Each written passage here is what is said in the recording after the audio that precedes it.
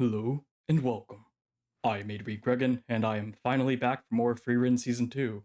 It's been a little bit, sorry for the little hiatus. It was started out as a small few days hiatus as I went to Chicago to get my things together, but quickly became a longer hiatus as we realized that our group family's data plan, the Wi-Fi plan, was running out, so I couldn't really record because that was the main user of data, and I couldn't also stream for the same reason. I keep saying data, but I am, of course, referring to bandwidth, just the Wi Fi usage. So it's reset for the month, though, and I will be moving out of here soon enough, probably within the next week. So say cautious goodbye to the area around me because I probably won't be using this much more in the future until I come back here for maybe a weekend or something like that. But you can look forward to a new background coming to a YouTube near you. In the meantime, though, I am back, and I hope that to plan to stay back. I'll go back to. I'm gonna try to do daily uploads, but obviously keep your expectations managed. But we'll just see how we do it. In the meantime, we do have Friesen. We have Frieren Season 2, and we have Vinland Saga Season 1 to get into, so I'm not going to waste too much time, and we're just going to dive into the meat of the pre-ep prep. That meat is, of course, the comment of the day, and surprising absolutely nobody, we are coming back to this with Darwin Award winner as the winner of the award of comment of the day, I guess. Award of the most comments of the day of probably anybody, honestly. We'll see that, though. I'm sure somebody one day will tally it. I probably won't, though that could be fun to do, but in the meantime, let's talk about what Darwin actually has to say about last episode, the pilot of Season 2. And he starts off by talking about the first scene of the episode, that where I was half joking when I was commenting on whether it was anime original or whether it was just a continuation of the manga. The scene where Frieren, Fern, and Stark are all in the cart, and they're talking about their financial stress, and Frieren has a bit of deja vu.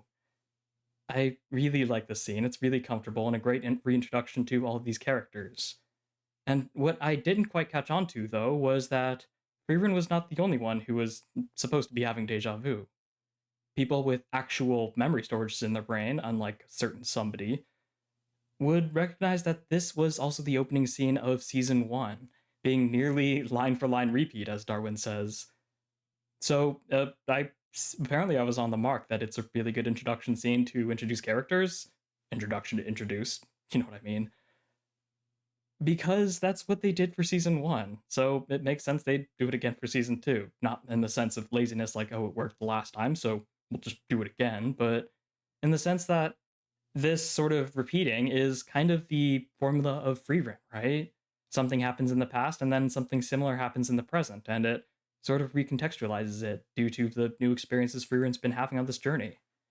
Now, we didn't have a flashback to Season 1 at this time, but instead I like to see it as a opportunity from the director, from the studio, from everyone who put this together and had this idea, for us to basically do what Freeren's been doing the whole show. Us to remember Season 1 and be like, huh, I guess we kind of have a new appreciation for it, having been through as much of the show as we've been. I did not have that because I did not recognize it because I'm a fool, but hopefully you did. And now that I've been made aware of it, I can appreciate it for that as well. Now, to get into the meat of the prep, I suppose, the meat of Darwin's comment, I'm going to actually refer back to the part we just talked about and note how the fact that this is anime original is not only interesting, but also ties perfectly into what I really want to talk about here and what Darwin apparently really wanted to talk about as well. Something that I could not have been aware of since I'm not a manga reader. And I haven't seen the season either, so I really have no way of knowing this, but that's where you guys come in and why I really appreciate this perspective because it easily brings up what I want to talk about for this pre-up prep. So for this second part of his comment, Darwin talks about how the 10 episodes of season 2 cover 20 chapters of the manga, which are mostly independent, similar to Aura, the space between Aura and the exam arc. So basically just episodic stories that Frieren kind of established itself as and really excels at until it does the longer arcs and proves to us that it excels at those as well. But the status quo is these episodic stories, right? So it makes sense that this next part, having just followed such a long arc, the longest arc, the exam arc, and it makes sense that this next portion of the story is going to be these episodic uh, structure, right? This return to the norm, this return to the status quo. Having been made aware of that, it also makes more sense to me why this is 10 episodes long, which is a really odd length of episodes.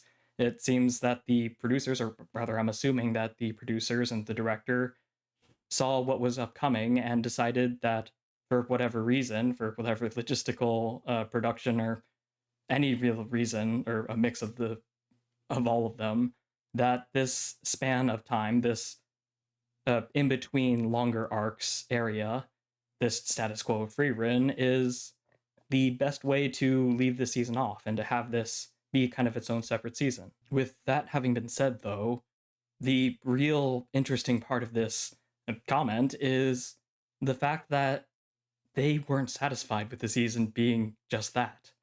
It sounds like, and of course I haven't seen the anime yet, so I'm talking from Darwin's experience here, but it does sound like the 10 episodes that are this in between these episodic series has been adjusted slightly, and there's been content added to it in order to make it more cohesive, both with the actual story and thematically, I presume, and giving it a proper story arc, as Darwin puts it. He notes how the anime adds things from small details to entire new scenes and flashbacks, unifying the seemingly disparate chapters into a proper story arc with its own coherent narratives, distinct themes, etc. Themes that are present in the source, but are more highlighted in the anime in order to really give it this coherent feeling, right? This tangible sense of this is season 2, even if it's almost a third of the length of season 1. Darwin also adds that not only do they add this new content, but apparently nearly all of it seems to fit and improves with the original.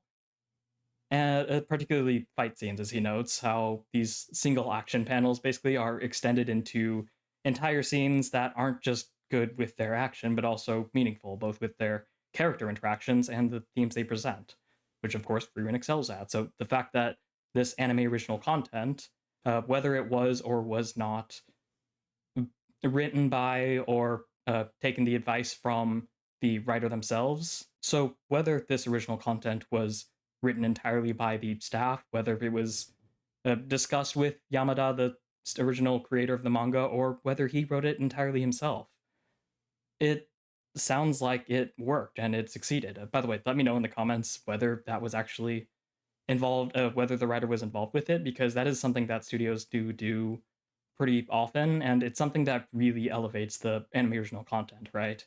When they actually bring the original author in to write this new content. But I'll get more into that in a second. It does sound like this was done really well, though, regardless of whether or not Yamada was involved. And Darwin is a fairly reliable source, so I'm going to take his words with maybe not a grain of salt, but maybe a pinch of gold. And we'll just see moving forward. But this is very promising, and season 2, episode 1 that I've seen, the only episode of season 2 I've seen so far, was really good, especially the anime original content. So I have no reason to doubt him. So I'm looking forward to that. But before we move on to episode 2, I want to dive a little bit deeper into this because I think this is really interesting. I think it's really not just commendable that the studio, the producers, whoever was involved and decided to make this decision, the director, not only did they decide to do it, but evidently they did it in a way that really lets the series shine. Because it's all too easy to not, right? It's all too easy to add content either to fill up space or to try to do this, but either lack the creative vision or just perhaps the logistics to see it through. One of my favorite examples of anime original content is Naruto.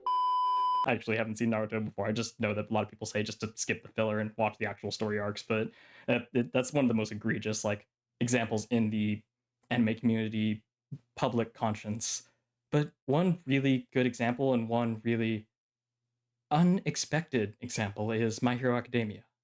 If you've seen it, then you probably know that in the beginning of every season up until season 6, the first episode of each season was not only anime original, but was explicitly added in order to introduce the class, introduce some of the characters, and the story up until now. This would, of course, allow new viewers who haven't seen the previous seasons to pop on board with the current airing season and watch episode 1, get vaguely caught up with story and then be able to enjoy the new season, right? Whether you like or dislike that decision, it's a smart business move, and it's also a bit of a concerning one from a creative perspective, because adding in an anime original episode that is strictly for catching the audience up, for recapping, right? A recap episode is pretty universally frowned upon, and is, in general, the consensus is that's a bad idea, right? So, how did they approach it in a way that has me bring it up here as a good example and as a unexpected example? Well, that's because when you are creating this anime original content, there are two different things you need to consider. Or when you're creating content in general, I should say, but especially for like an original content to an adaptation. One, is it a good or a bad idea? In MHA's case, it's pretty quickly a bad idea in concept. But the other thing you need to consider is, if it is a bad idea, can it be executed well? And that's where MHA's anime original content gets really interesting, especially the recap episodes. Because pretty much everybody I know who has seen those recap episodes and all of MHA will tell you, my opinion, tell you my opinion, will basically tell you that the recap episodes are really, really good.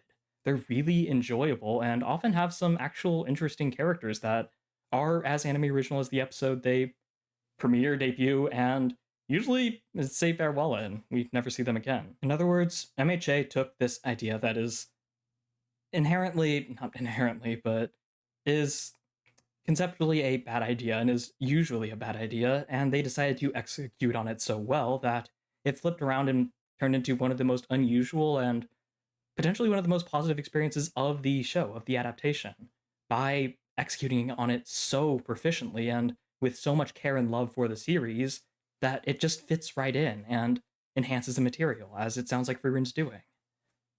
Now, when it comes to Frieren itself, I wouldn't say this is a bad idea. I would say fundamentally this is kind of neutral, if not leaning on the good ideas of adding new content. Though I think it's more neutral because it can also be perceived as bad, because you're adding content that wasn't in the original. Again, Naruto, cough, cough, a big three, just shonen in general. It's very thin ice you're walking on, right? So I would say that's neutral on its own.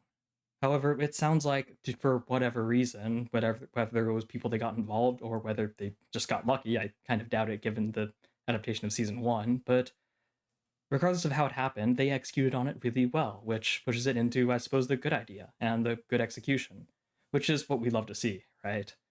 And it's also really important when you have such a good story that is being adapted like this, because that is another consideration, isn't it?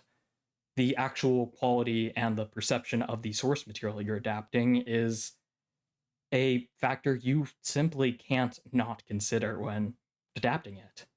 If you have something like SAO that wasn't super big until the anime came out, then yeah, you can kind of do whatever you want, and there isn't a whole lot of pressure, right? But when you have something like Frieren, when you have something like Berserk, to potentially trigger warning for many of you in the community, there is a lot more pressure to do well, right? Frieren being the example of it being done well and people being super happy with it. Berserk being the example of how badly things can go if it's not treated with care and love and the respect it deserves. So there is that pressure, right? Something that you need to consider. And that's why I want to give them props here, even though I haven't actually seen the content for myself.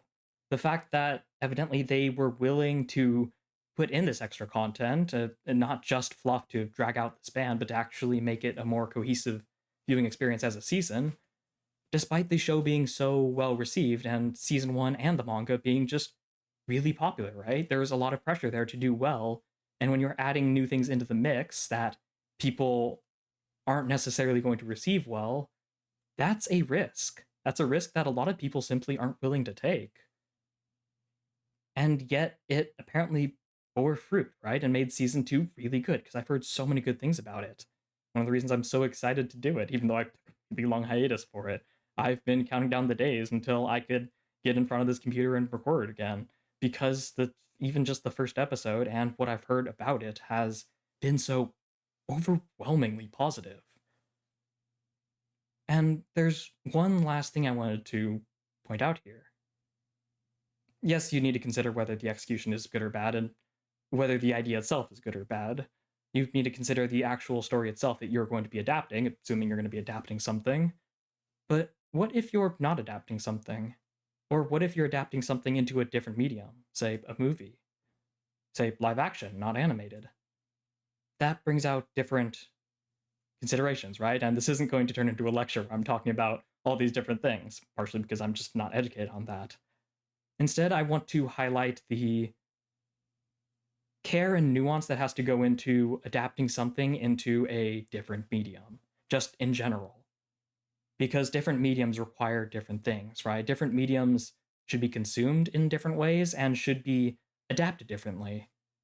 When you have manga that is just ongoing, especially like weekly in, say, Shonen Jump, you don't have to worry about your arcs as much, right? You don't have to worry about fitting them into a season length. You don't have to worry about, heaven forbid, fitting them into a movie. You can just kind of write and write as you go. And the arcs can be as short or long as you want.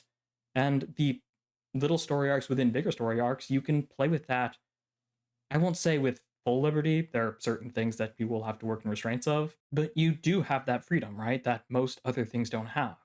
And it's not just things that are on the screen, right? TV, movies, all that stuff. That is very constraining if you're going from manga to that. But what if you're going, let's say, from even just a manga to a book? That adds a whole lot more constraint, doesn't it? A book has a beginning and an end. Now, there are online books that just go like manga that publish weekly, and maybe you're more free there.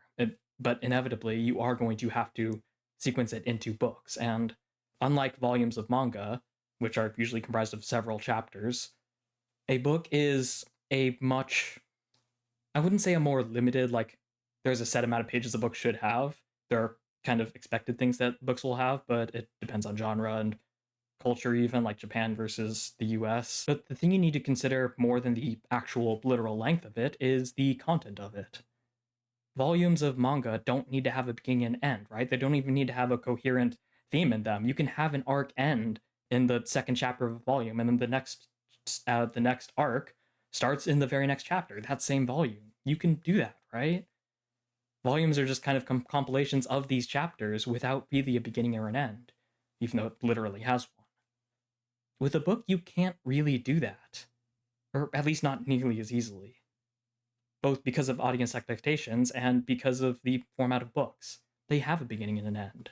They can continue. There's obviously book series, I don't need to explain that to you, but the book reader goes in expecting to reach some sort of conclusion, right? They expect to start at some sort of starting point, even if it's in medias res, the starting in the middle of the action. That's still the start of the book, right? And the ending, even if it is a cliffhanger, is still an ending, and that carries so much more weight than a manga, than an online webtoon, than oftentimes even an anime season, though that much a little bit less so. It also has a very strong ending. You need to end it off fairly well because that's the expectation, right? Because the audience doesn't know when the next release will be. That's the main factor, isn't it? With manga, whether online or in physical volumes, you can expect some form of regularity. And you expect a long form story or a short bits of little vignettes. So you don't need an ending. You're not looking for one, so you won't be disappointed when there isn't one. With an anime season, with maybe a movie to a smaller degree, and especially with books, you don't know when the next one's going to be, do you? So the audience, you, expect there to be some sort of conclusion, some sort of satisfying ending, or an unsatisfying ending, explicitly so, but not something that just kind of something that just pitters off, as manga can do, as some movies can even do, though again to a lesser degree, because just like with the novels, just like with the season of anime or season of anything, you don't know when the next one will be. It is that expectation that forms those limitations. And the reason why I'm speaking of this so long and you can probably tell I have a little bit of skin in this game is because I'm writing a book series myself, as you may or may not know. Link in the description on Uncut. I'm publishing it online weekly, but it is still a book. It has a beginning and an end. And it's a book series, so each book has a beginning and end. And the reason why I have skin in the game for the adaptation is because it sort of kind of is, but an unusual one. My book series is originating from something akin to a multi-year, at this point multi-decade, a D&D session with another person, just without the rules of D&D. Just basically a game of make-believe that's been going on for over a decade now, and has enough content to fill out the 11 or so book series. That's basically what my book series is, and I'm adapting it from this story that we've both been weaving together over these years into books. The problem is that as we were exploring the story, we were doing so in a sort of anime season format, or I keep saying anime, but really just in a season format. We would have season 1 with like 24 episodes. We would have season 2 with 31 episodes. We would have season 3 with 12 episodes, just a one core, right? With books, you can't quite do that. You can change the variation of a book, of course. You can have a little short novella, and then you can have a massive tome if you really want to. But you were much more limited, again, both in length and in content. My seasons were very different. They weren't designed to be within a book. So, like my first book right now, and one of the reasons I've slowed down writing it is because I've been trying to figure out the logistics of it. I've been trying to figure out how to make this giant thing that right now is going to be like 60 chapters of like 3,000 words each into a reasonable first book, because it's my first ever novel, right? And that also has expectations, both with publishers and with readers. Most new novelists don't and shouldn't publish a massive tome as their first book. Okay, so maybe just write another book and save this one for later, you say, but I don't want to. I don't know how long I'm going to be on this earth, and I really want to get my book series written, so I'm starting off with the thing that's most important to me. So I have all these different considerations because of this adaptation, right? Because of the change in medium. So while I am not an actual anime producer, while I am not a movie director, while I'm not even a mangaka, I have a little bit of skin in the game, and I have a little bit of experience with these struggles with adaptation, with source transformation, with changing content around in order to best fit that new medium, right? Things that are worth considering and must be considered. And that evidently the director here did consider, and the producers probably considered as well, perhaps even the writer himself. And given that it worked out well, clearly they did it well, and I can only hope mine does the same, I suppose. But I guess there's only one way to find out, right? And that's to actually write the thing. Now, moving on to the rest of Darwin's comment here, there are just a bunch of small things that I felt are worth acknowledging and recognizing. The first part here being that when Frieren asked Fern how she knows that she put so much effort into picking out the hair clip, uh, they kind of just like brush it off, and I comment how it's basically just Fern knowing Frieren's character and knowing the kind of person she is. But it's also what I didn't realize, a callback to season 1, episode 3, when she was sneaking around and doing her little covert ops mission, right, to get her the birthday present. And it's just really cute because, yeah, she's a little snarky about it because, yeah, you still don't know about it, and she doesn't, right? Frieren doesn't know about it, which is kind of interesting. Thinking about it now as it was back then, thinking about it now as it was back then, does that even mean? Thinking about that moment now, it's kind of cool that Frieren still doesn't really know, right? And her reaction in this scene shows that, yeah, she actually isn't aware of it, and it's not just that she's like placating Fern, or who knows, maybe she is, and that's just she just decided to move off from it because she's still making her happy, but I don't think so.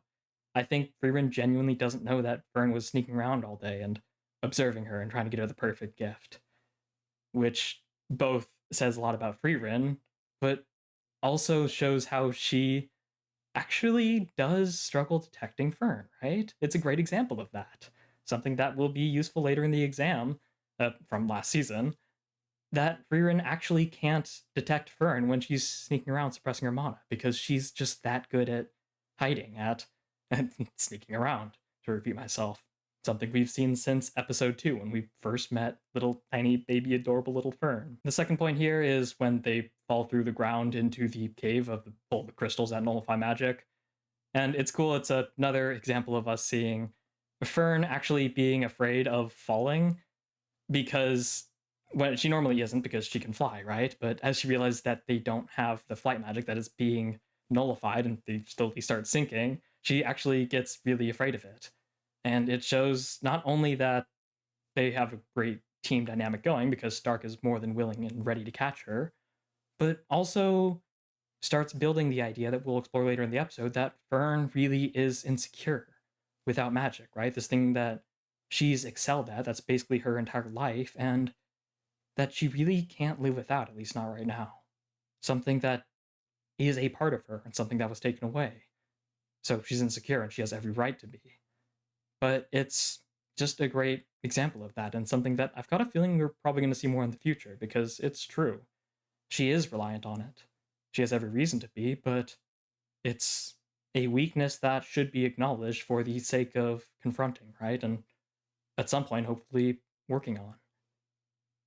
And finally, the last bit here with when Mirabelle tries to take Stark away and Frieren lets her go away, Darwin notes how this is also a logical thing beyond just Frieren wanting to let Stark do as he wishes.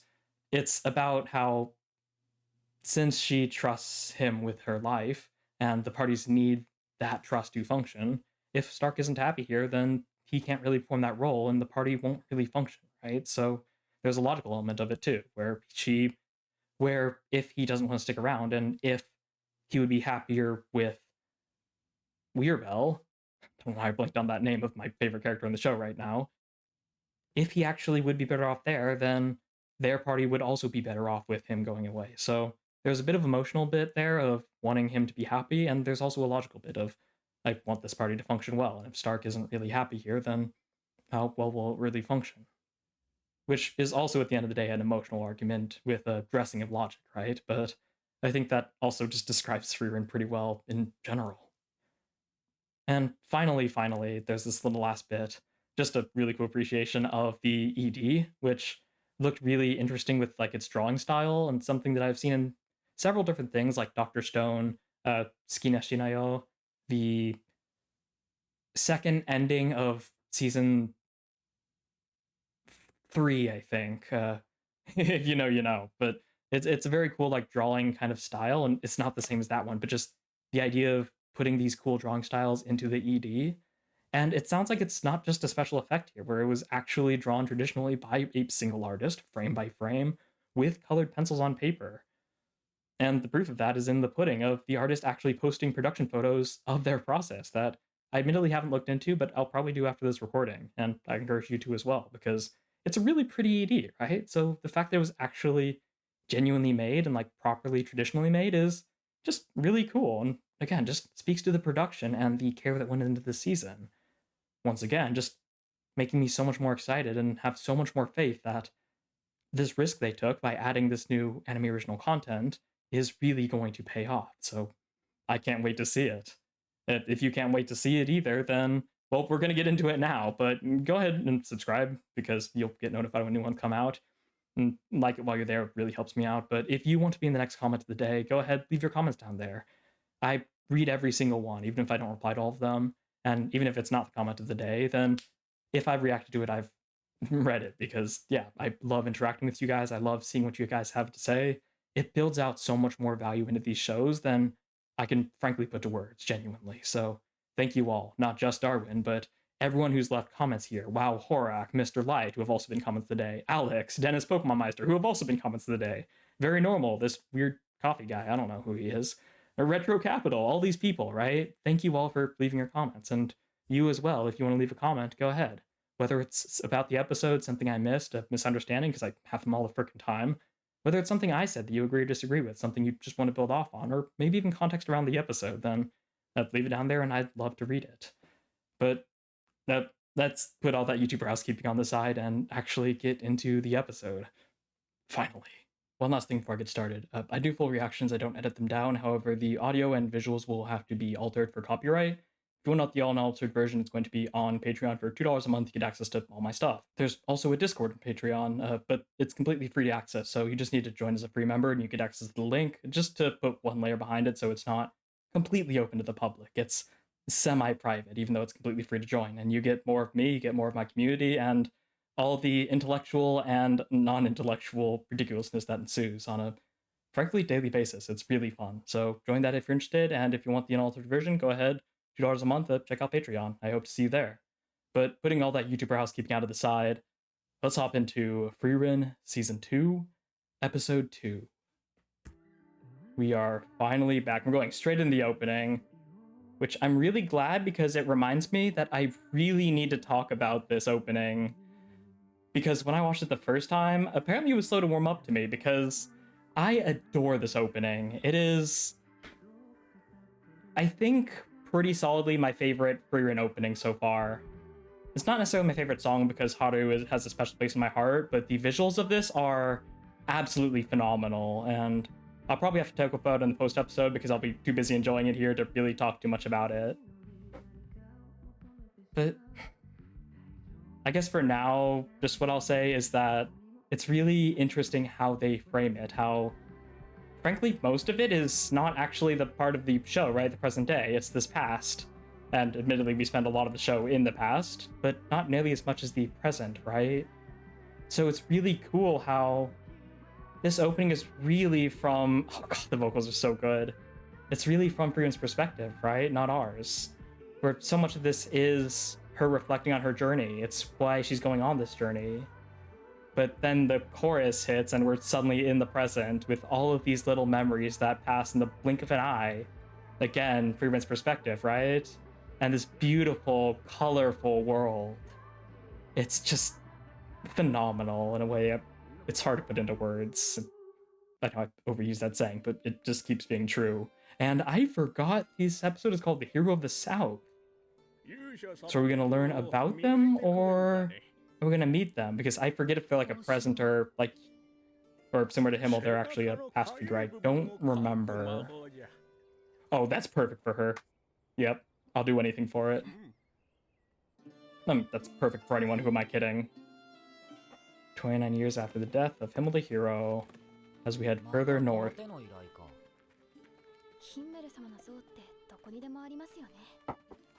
Yeah. Never hurts to clean one or two up. Maybe plant a field of flowers while we're at it.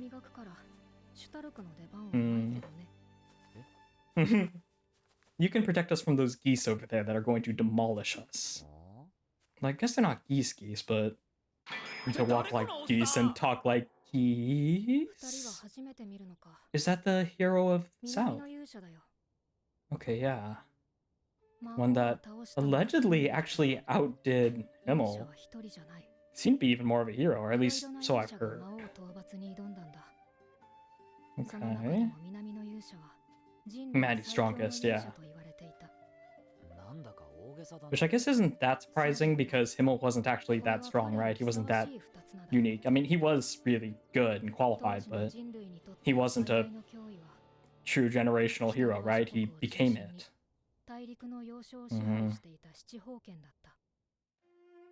Yeah, we're probably going to meet more of them as we head north. Two. One of them being Aura, right? Or unless they defeat, they mean kill, because I know that Aura obviously fled away, yeah. But they actually killed two of them. Oh, wow. The hero of the South's party, or the hero of the South?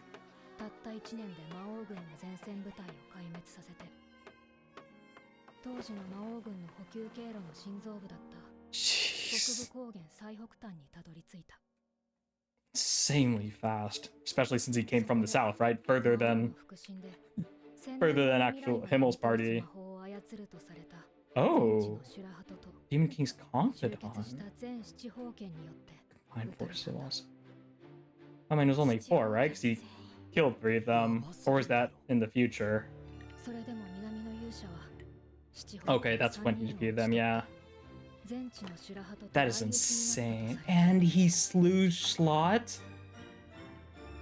What an absolute legend. Literally. Yeah. No wonder he's regaled as a hero. Wow. Incredible. I wonder if he ever tried pulling out the hero's sword. Maybe he could have actually done it.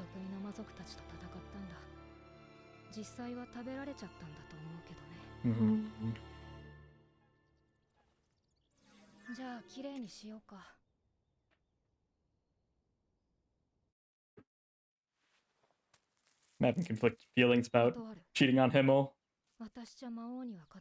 Oh, he came to recruit her too? Yahari.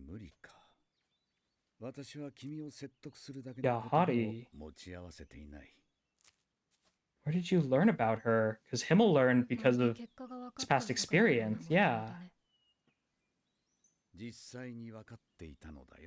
I'm actually good friends with that omniscient guy. He told me about you. Let's hear it.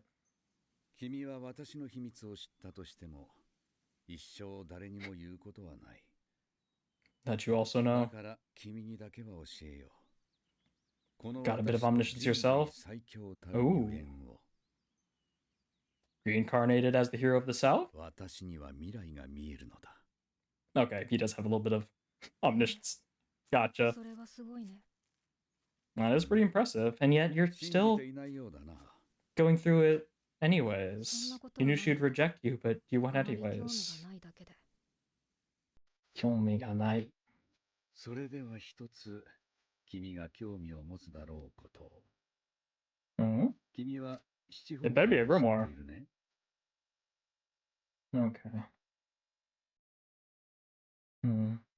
Encounters before joining Himmel's party. 私は北部高原の地で全地の白鳩と七宝剣に撃たれ命を落とす。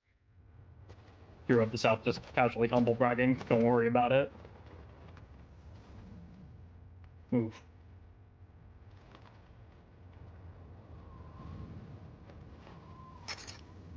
He's got two swords because, of course, always carry a second sword, right? So much faster than reloading the first one. Oh, there's Aura. He actually dual wields. What an... Okay, he is a legend. Okay. I'll give you that. I'll give you that one. Completely unrealistic for vast majority of people in real life, but so cool. 私の死という未来自体は変わらない。 But you go through it anyways. Is this gonna be deterministic? 一人の若い勇者が訪れる。世界を救うのは彼だ。実に不本意ながらな。 That certainly points in him actually seeing the future. But this just opens up so many questions, right? 彼は君の人生を変えるぞ。 More than you could ever understand. At least not in 80 years. もう行くとしよう。 So is this just acceptance of a deterministic future? 見事をしていいか？ Or does it matter? から伝えてくれ。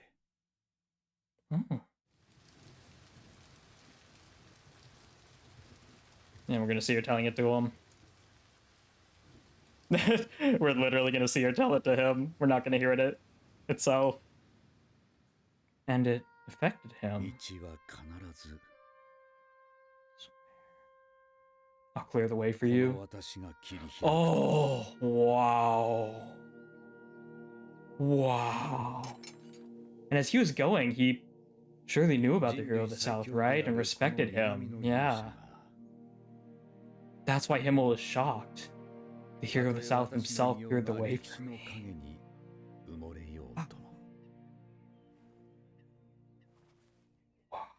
What a great moment.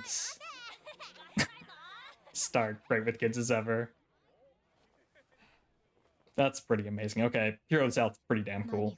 Pretty much every way. Even his mustache is cool. Mm-hmm. Sure enough. 大きな町は久々だな。補給が終わったらすぐに出るよ。なんだよ。のんびりしていかないのかよ。No interesting tomes to explore. I bet this place doesn't even have a library, does it? シュタルク知らないの？時間っていうのは有限なんだよ。知ってるよ。Is it though? I know, but do you know that? There's clearly an ulterior motive here.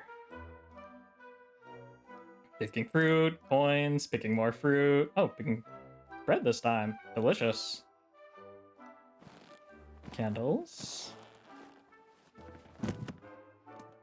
This music is great. Very whimsical. なあ、せっか Bum くだから bum おやつ bum くらい bum 食べて bum. いかないか？ I'd love to hear this at a わかっ symphony てるでしょ。 from like a proper orchestra. そこまで余裕があるわけじゃないんだよ。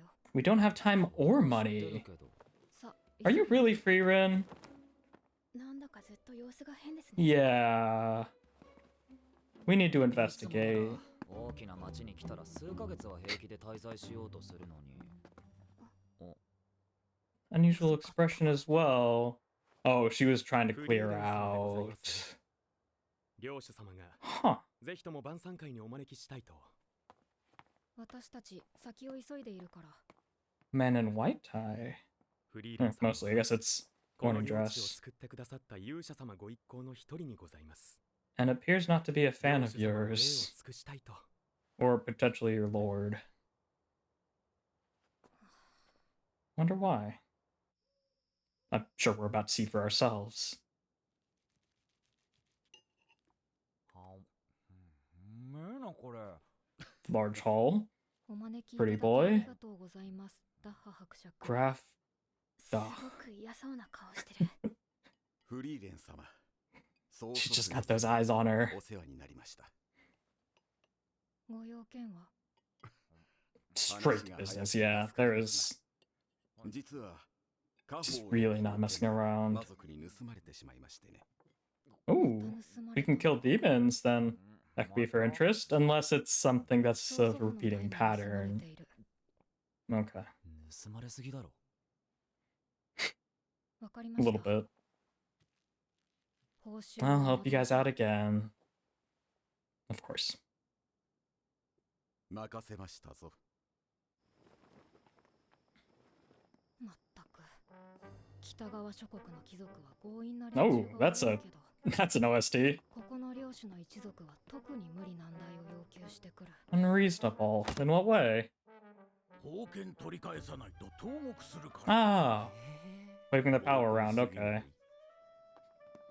まあ今回は魔族の逃げた方角が分かってい I るみ mean, たいだ。 is that them or is that him? Because it's not really fair 前回 putting は手がかりが全くなか his ったから大変だっ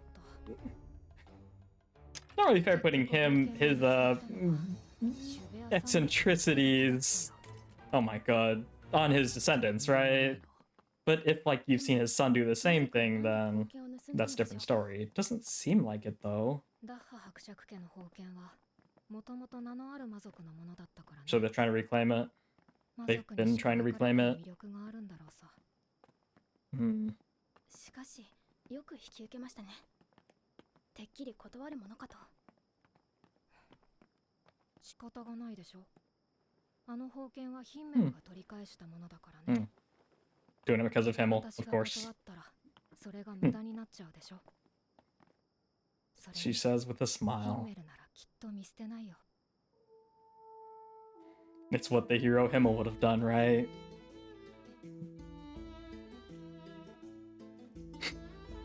Too damn early. Oh, hi, Mr. Horse. You're very close. That horse is living a happy life.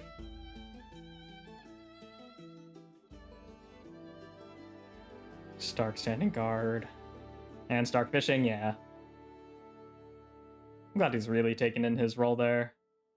Oh. For weren't so scared of it. Oh, and there's that track. No, all too well. It is a beautiful evening sky. A less beautiful village. この村ひどい荒れようですね。 I wonder why. 誰もいないな。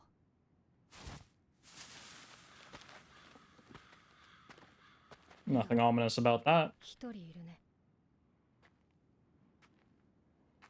There's one here. Ooh. Hair similar この to 村の人。 the graphs.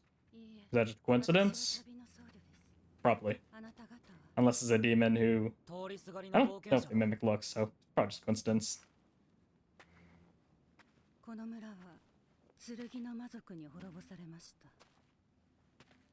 私は村人を弔っていたのです。 Hmm. 剣の魔族。多分私たちが追っている魔族だね。剣の魔 Makes 族に sense. 滅ぼされた村は数知れず、どの村も皆殺しだったそうです。 Makes sense. 冒険者様方も祈っていってはくれませんか。 We'll do a little more than that. フリーレン様。やっぱり死体が埋まっていない。なんで？ Eaten. そいつが剣の魔族だからだよ。 Yeah, her face did look a little suspicious. 食べるために殺しました。 Yeah. 生きていくた Unsurprising. めには仕方がないことだったのです。 How did I know? 人以外も食べられるのに。 なぜそれが人を食べない理由になるのでしょう。 People are the same, や right? はり話すだけ無駄か。倒すよ。 I feel like this is the first demon we've seen that, like... Well, no, not the first demon we've seen to use weapons. Obviously, there was the... Lanen or whatever. The, pink-haired demon. 早い。 This one seems quite a bit more adept, though.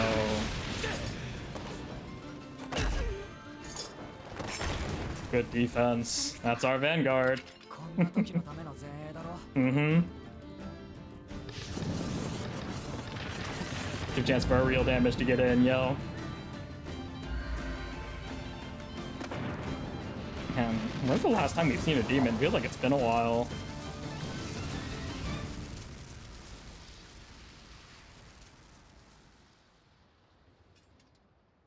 Did that just do it? 寒い。ひどい依頼だったね。 First time they went and got it. 倒すことができた。 Oh. Was this their first time? Or is it just a general こういう who were able to 面倒な defeat a demon, which is, of course, no easy task? 多くの人を救うことがあるんだ。 Hmm. だから僕は困っている人を絶対に見捨てない。 Hmm. 単に面倒な依頼が好きなだけですよ。難易度が高いとワクワクするんだ。 Waku waku. Both can be true. And with him, all both 二人とも usually 良か are. ったね。 Damn, just like that, huh? Not bad. それにしても、なぜあのような乱暴な手段を取ったのですか？ I don't like demons. フェルンが祈ろうとしていたからね。 Is there actually 草にはああするし some かない。 sauce here? Don't tell me like strengthens demons or something.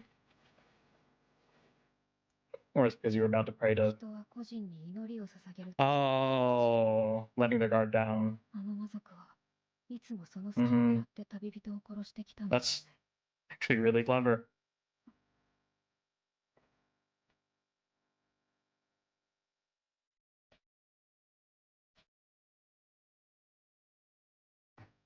Thus the sword is returned. Again. 王権を取り戻してください。ありがとうございます。フリーレン様。 Now, whatever you do, この町 don't は let your descendants anywhere near the sword. Lock it up, put it underground, put a freaking nuclear reactor over it.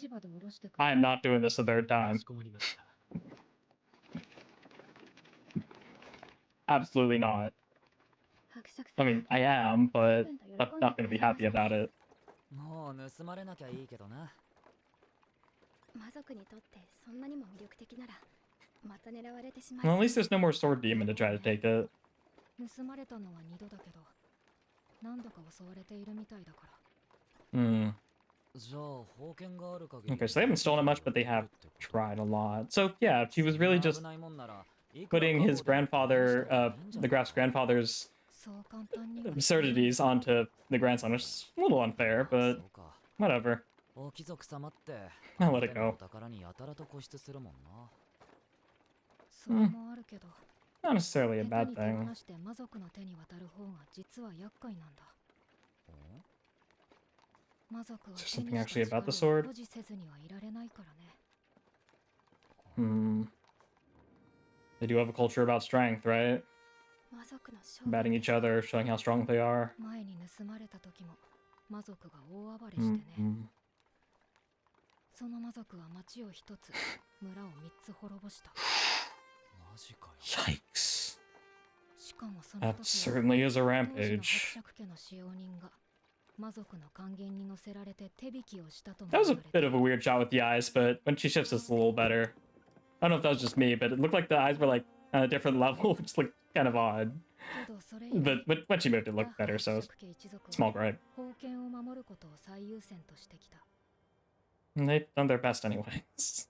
今は伯爵家だけじゃなくこの町全体の使命なのかもね、 Helps a lot of people, right? Just like what Himmel said. 今回盗まれたのも誰かが手引きしたせいなのか？どうだろうただ人間にも欲がある以上 Mhm. 魔が差すなんてことはいつだって起こり得 And る that's not going away anytime soon. 衝動に抗えないところがあるのは人間だって同じだよ Mm-hmm. They're no different. 万一の時は In また that お願い regard, しますね of course. フリーレン様報酬次第かな Of course you will. どうせ魔導書 Can't let Himmel's efforts go for waste, right? かもね Depends on the grimoire. なかなかいい魔導書が手に入ったよかったですねフリーレン様どんな魔法なんだ？ I've got a bad feeling. 赤リンゴ Oh no, that noise. 魔法だよくだらねえな。 That's incredible! What do you mean useless? That's the best grimoire I've heard in the show so far. Huh. I mean, green apples are just objectively better than red, right? That's like being able to turn a knife into a dagger, to be able to turn a sword into two swords. That's awesome! Frieren, way to go!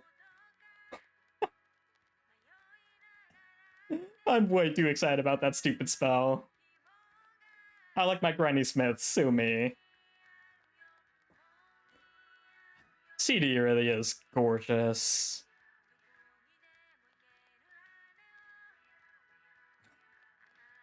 The pen that Himmel's writing becoming the blue flame that's lighting her way. So great. The imagery of the wings in her shadow and her at the end becoming a bird.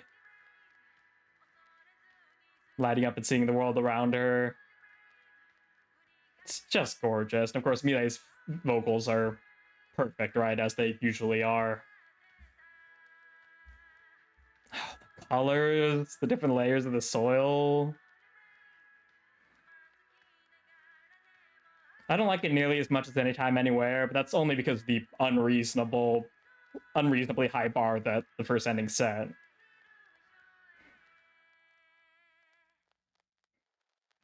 And now the white feather. ばあちゃんって言ったの本当に気が利きませんね Oh no. ちょっとだけだ Oh no, we're getting into age, aren't we 好き here? な場所 Oh. Alright, and thus ends Season 2, Episode 2, our welcome back into the end of my little hiatus. And what a great welcome back it was. It was a very comfortable, fun episode, and a full proper vignettes, as Frieren is so good for, right? It's got the 2 vignettes per episode. I think they're 2 chapters per episode. They did say it was 10 episodes and 20 chapters, so that makes sense. And they're both really great. The first one, of course, being about the hero of the South, and the second one being about Frieren making sure Himmel's legacy stays untainted, right? That his efforts weren't in vain. But before we get into the episode itself, I want to talk about the opening a little bit. And before I do that, I'm just going to make a note. If you've noticed that my mic's been moving around, or I guess for you guys appearing and disappearing, I'm moving it to the other side because my mic is directional. So if I put it over here and I'm talking to the camera, then it's not going to sound nearly as crisp as if I'm just talking into it. During the episode, that doesn't matter, and I kind of like its placement here, but when I'm actually talking to you guys, I prefer the better audio, so I'm just going to move it over here. Just a little thing in case you're curious about it. Not that you probably even noticed.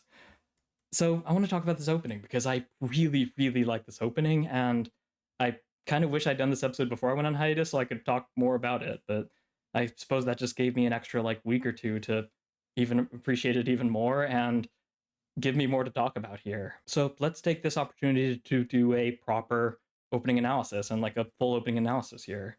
So we start off with this beautiful painted sky of all these different brush strokes of the different hues of blue, and it's just an absolutely gorgeous mix. And this shining petal, this white petal, this glowing sort of purplish petal, obviously all the flowers around here. I don't know if this is a reference to a petal we've seen already or a flower that we'll see in the future, but it strikes me as these being little fragments of memories of sort of the years passing by. Perhaps each petal is a year.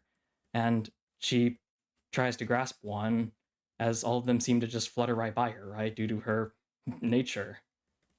And as the title appears, you get the sun breaking and then the day arriving, right? Taken away by blue petals, of course, referring to Himmel, as we'll see in a little bit. And here we get into the large part of the opening with them going on their adventures, which, even though it takes up the majority of the opening, it's a very small, not a very small, but a minority of the actual show itself, right? Because, as I said during the reaction, this is not really about the present day. It's about redefining the past through the present. And that's not to say that the show is telling you the moral of the story is that you should use the present to redefine the past. Obviously, that's being focused on the past and not living in the present, but for Frieren's journey and for this specific context, that's what the present is, right? At least that's what the large part of it is. It's the reason why she left on the journey, to really appreciate Himmel and her journey, and that's why we keep getting these flashbacks, to recontextualize it. And so, as a result, Himmel's in a way writing her journey due to him being what led her to go out, hence the ED, and why the opening has so much of this journey, right?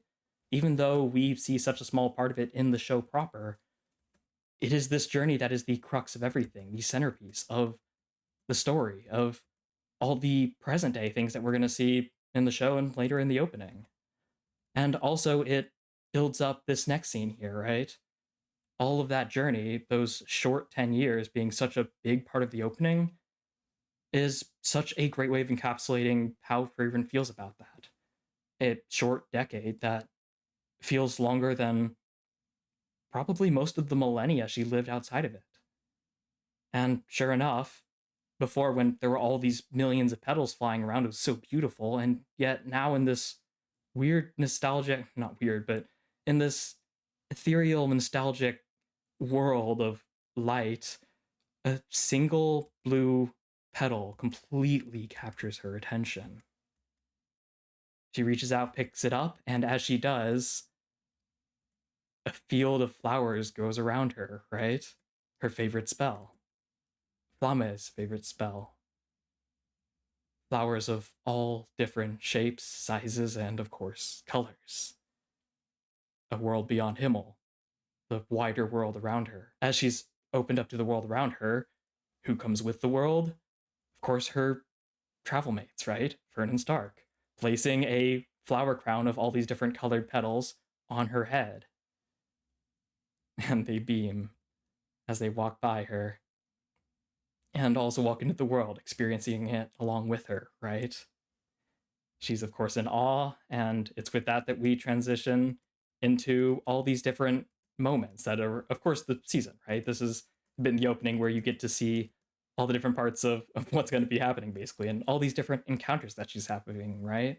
I mentioned that the present adventure is largely to recontextualize the past, and these are what are recontextualizing it, right? These are the events, these are the scenes, the memories, talking about the Werebel's seasickness, the Hero of the South statue, all these things that the sword of the Graph that keeps getting stolen, this adorable little goat, this guy clinking glasses.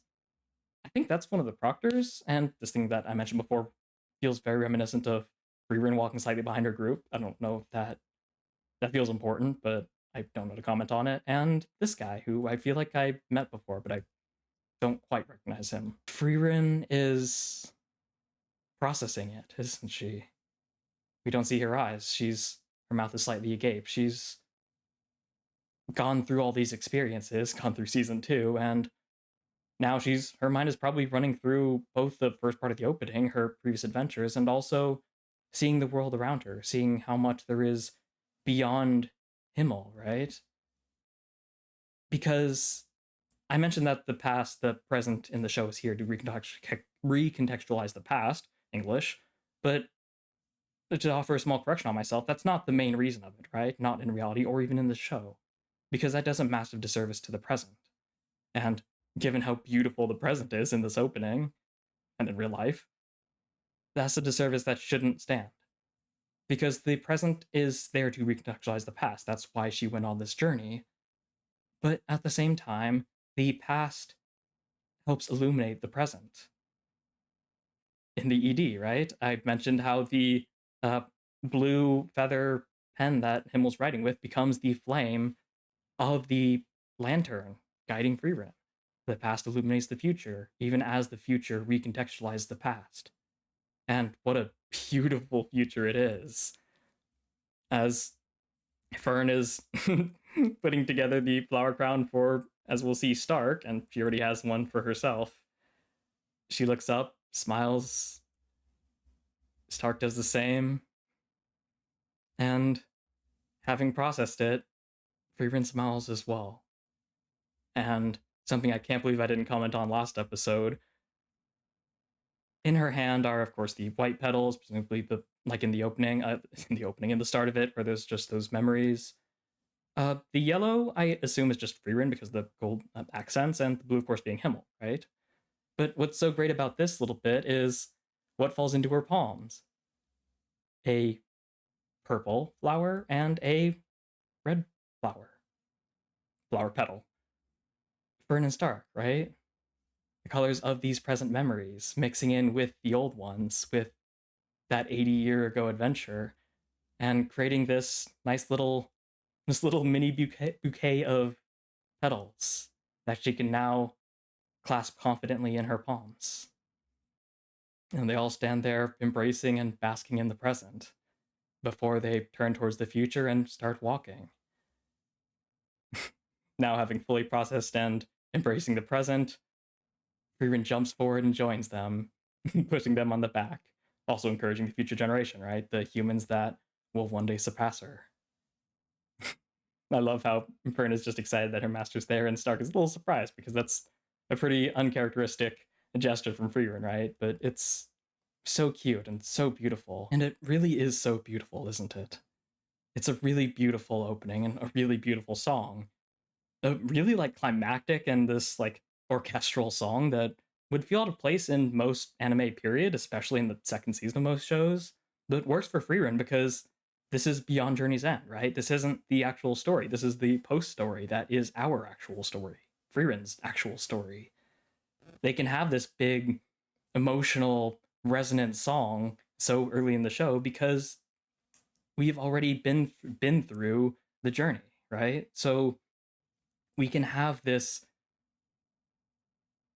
resonant, bombastic, climactic music because she's able to reflect on this and because it's an emotional show, right?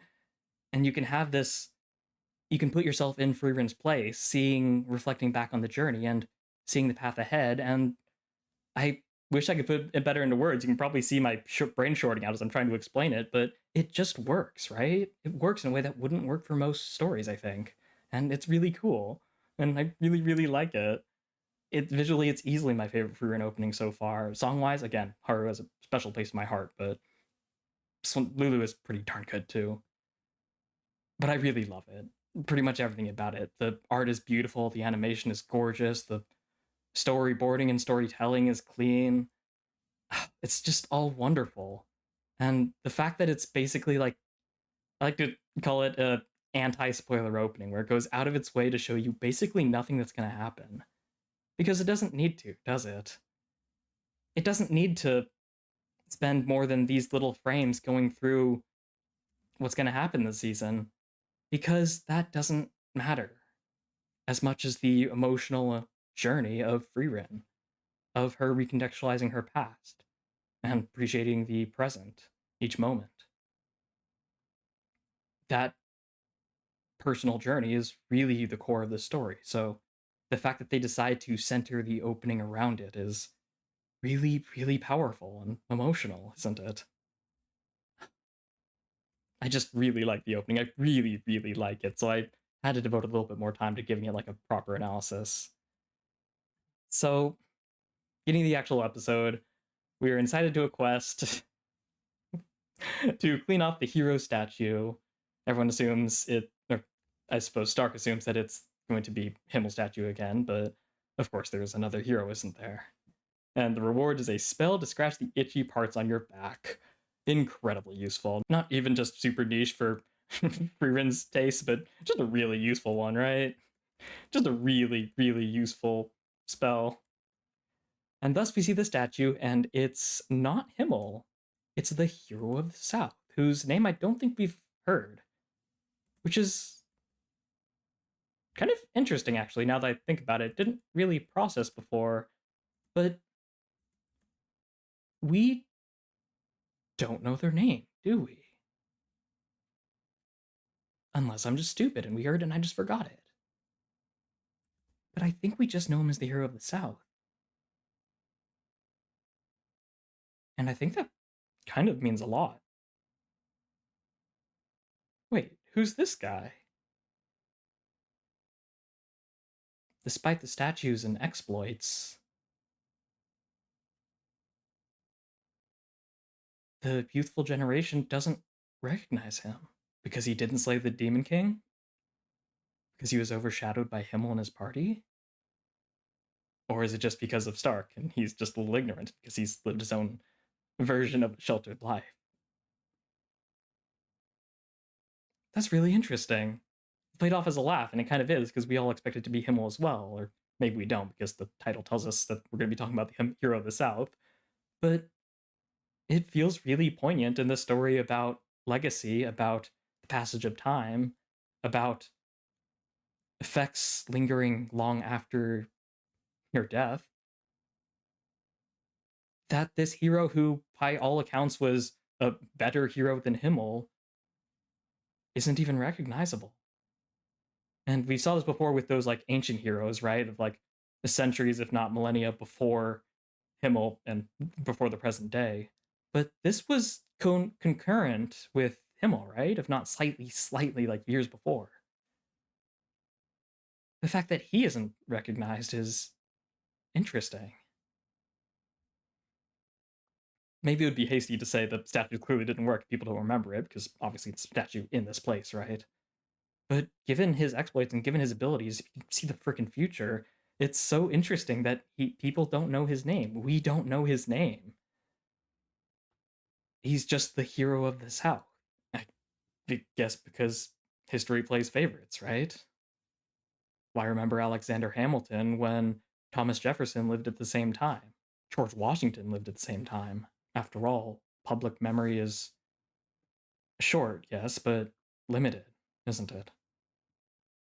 We really only have so much storage space we devote to public memory, as shown by how much people don't like history class. We can remember as Americans George Washington, Abraham Lincoln, maybe Thomas Jefferson, but I mean, who's going to remember John Adams?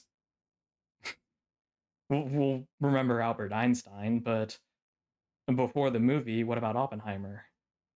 Two very different people, I know, but you get the point. we only have so much memory. We only have so much RAM to devote to these vague things that we all just kind of understand. In this case, it's Himmel and his party who slayed the Demon King. This hero who evidently traveled on his own and was confronted by all 7 sages of destruction, including the frickin' omnipotent right-hand man of the Demon King, and killed 3 of the sages in that fight. Yeah, I think it's safe to say he was a better hero than Himmel, right? And yet, Stark doesn't even recognize him. He wasn't the only hero, and yet, he's the only hero we remember. Because he's the one who did it, right? He's the one who did the deed. Himmel is. Despite the insane exploits of this hero, who not only killed the 3 sages, but even killed the confidant while fighting all of them. He's legendary. And yet, the devotion and memory and honor of him is like a niche topic. That's so interesting. And then we flash back into the point that, of course, he went and tried to recruit Frieren himself. And we learn that he can see the future, which is kind of insane. You don't seem to believe me. No, I believe you, I just don't care. And then he gives her something to care about. 1 year from now, I will be defeated and slain by Schlot the Omniscient and the 7 sages. And then here we get to see just a little bit of them. We keep seeing those little flashbacks, those little, not flashbacks, but those little visuals of them. I wonder how many we're actually going to see here. God, still wielding. He's so cool. I will die without achieving my goal. He's so cool. Don't feel sorry for me. He's so cool. If you accompany, my fate will not change, and yet somehow for some reason, I'm going through them anyways. I hate to admit it, but he will save the world, not me. He's so cool. We'll travel with the party, defeat the Demon King. You don't need to understand yet, but he will change your life. Before I go, let me ask you one thing. Tell Himmel the hero that I will clear a path for you. Say it with me, everybody. He's so cool. And not just because he dual wields both swords and mustaches. Because back then, he wasn't overshadowed by Himmel, right? Obviously. He was the hero of the South. He probably was the Himmel, basically, back then. If Himmel were currently alive today. So, of course, Himmel knew about the hero of the South, right? So hearing that the hero of the South will clear a path for you, you who is not chosen by the hero's sword, you who is seemingly ordinary and far from a generational talent, I mean, no wonder he reacted how he did, right? No wonder he had that expression that lasts only a moment. No way. The hero of the South will clear a way for me? I better live up to that. And sure enough. And yet, despite everything I said about Stark not remembering, about Himmel overshadowing him, that doesn't mean he was completely forgotten, does it? Otherwise, there wouldn't be a statue here. I mean, unlike Himmel, he certainly didn't have them commissioned, or I assume he didn't, unless he saw that in his future sight too. These statues were built for him, and at least in the villages where the statues are, they're important enough to be honored. Because it's not all or nothing, right? It's not either you are Himmel, you're the one that everyone, the world, remembers and celebrates, or someone doesn't know your name, so everyone forgets you. That's the most basic all or nothing logical fallacy there is, right? Yes, he may not be remembered a lot. Yes, he may have been overshadowed by Himmel, who lived in a similar time as him. But that doesn't mean he's been forgotten. And that applies for us too, doesn't it? Just because you're not Jeff Bezos, just because you won't be written about in history books, doesn't mean you won't matter. Doesn't mean your legacy ends with your death. Sorry, lost track of what I was about to say because that girl with the side eyes is just like, the girl who's down there just like crouching down. What is she doing? Who's she looking at? She's just looking out towards the edge of the screen. Damn it, my ADHD. I'd apologize if I was sorry. I don't know why that makes that so funny to me. God, I got so distracted. It's not all or nothing, right? You don't have to be the generational hero, even if you were born as the generational talent. You don't have to play that main role or be forgotten. Which reminds me of last season, right? The Lernen, the student of Zedia, that first class mage who could see through Frieren's mana suppression. He was worried about being forgotten, but so that Zedia wouldn't be alone, but there's more to being forgotten than leaving a massive, unforgettable, lasting mark on history, right? That's basically what Frieren tells him. Zedia won't forget you, even if you don't do this big thing, because it's not if or. Once again, referring to last season, referring to him, what Himmel said. Even just these little things I want to do, right? Forgetting how horrible I garbled that English. I want to do small things, even if they're not the grand mission, even if they're not these massive exploits, because it's the right thing to do, and because it doesn't need to be, right? You don't need to save the world, even if you did. You can just save someone's world. There's Weirbo. We're just referring to the finale so many times here, and I'm sure it won't be the last time. But it's just great. History hasn't forgotten. Because both are true, right? You can be overshadowed by another person in your time, and you can still be remembered, honored, loved, long after you're gone. So the second vignette's a little bit sillier. They arrive here and the sword's been stolen, just like his grandfather. He was a little bit swinging his power around, let's just say. And it's kind of interesting how she effectively holds a grudge here based on what his grandfather did.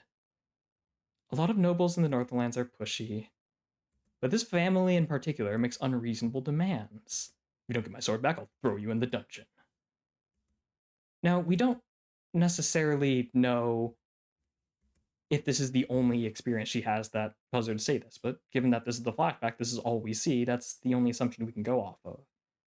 So it's a little bit short-sighted and a little silly, but also a little understandable, because we all do it, that Frieren takes this experience, and potentially a few other experiences, with the grandfather and kind of applies it to the whole family.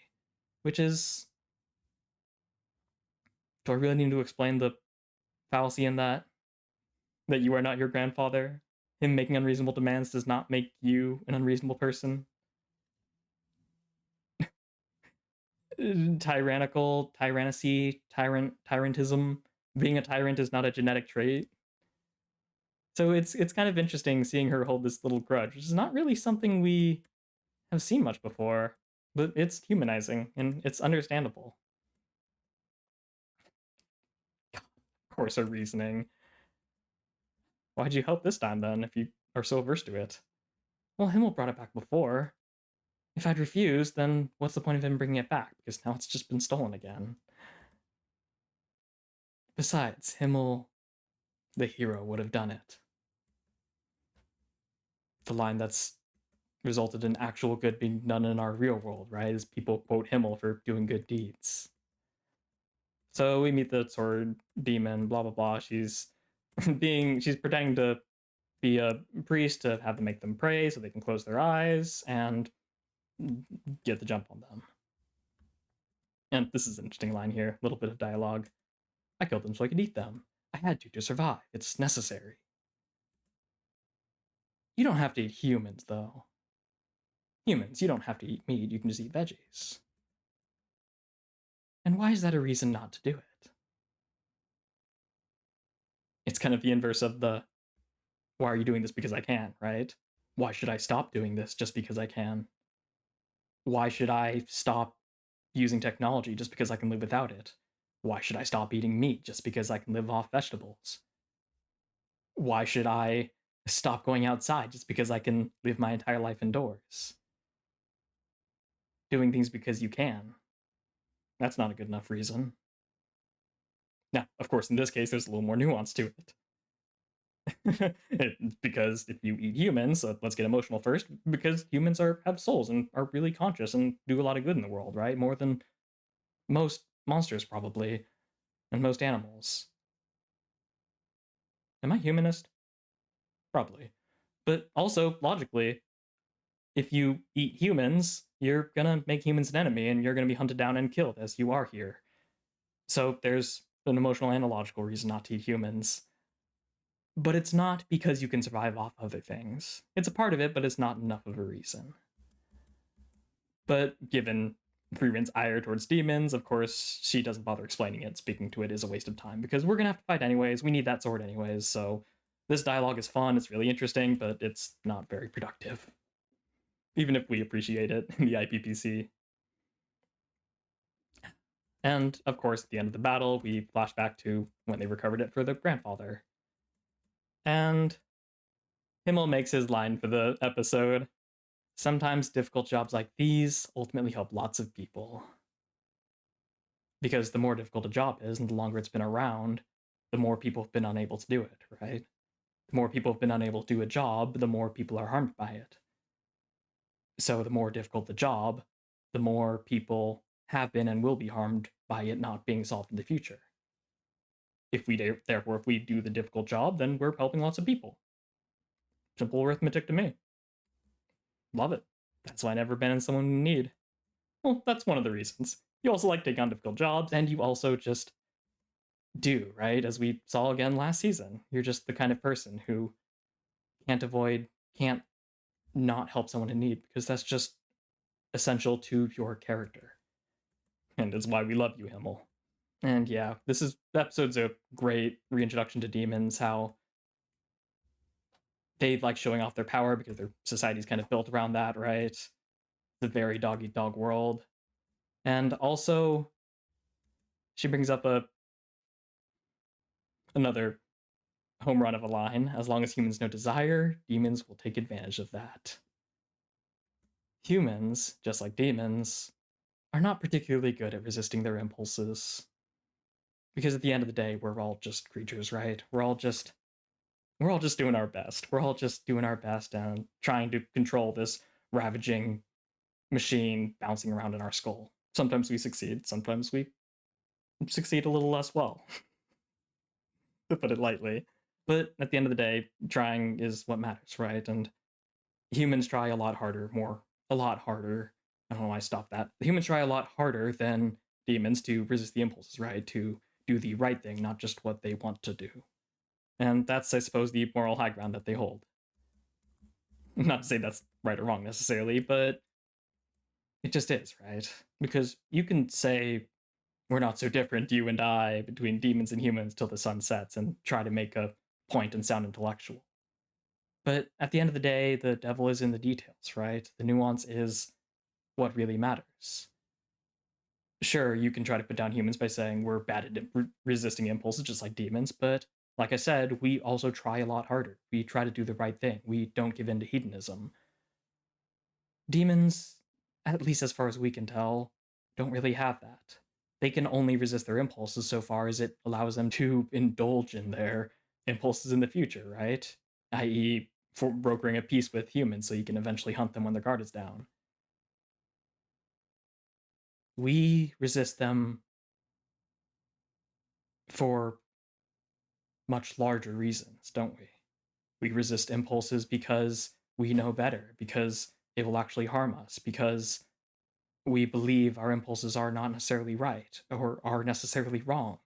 We believe that we can be better, that we should be better, that the world will be better if we resist these impulses, not just so we can indulge in our impulses in the future. That's a big distinction, right? It's true that this aspect of us is similar to demons, but it's just as true that the way we react to our difficulty resisting impulses is all the difference. And that's just an important thing to keep in mind. Because we are quite different, you and I. That's where I'm gonna end off this live analysis, this video. Welcome back, it's great to be back, I'm glad to be back, and I hope to stay back, that's my intention. If you are excited for me to be back, then go ahead and subscribe if you haven't already, and get notified when the next one comes out, hit the little bell there. If you really did like it, it would help me out a lot if you hit the like button on your way out. It helps the algorithm, and also helping the algorithm, something I haven't mentioned before, but I should probably start doing it more, is that little hype thing that's like near the comments. You just like swipe on the comments and there's a hype points. And apparently it's like really good for the algorithm. So if you could press that, that really helped me out apparently, even more than likes. Do both though, please. It's not a zero-sum game here. Another thing you can do, even more than just supporting me, is leaving a comment, like I said before. I love reading them, it really builds out value, and I read every single one. So if I react to it, I've read it, and I appreciate you hopefully adding more to this discussion and building out this value of these shows together. But forget all that YouTuber housekeeping stuff. The most important thing is you're here, you're listening to me for some reason, taking time out of your day, and for that, thank you. I'm really grateful for it. And I really hope to see you in the next one. But until then, have a lovely rest of your day.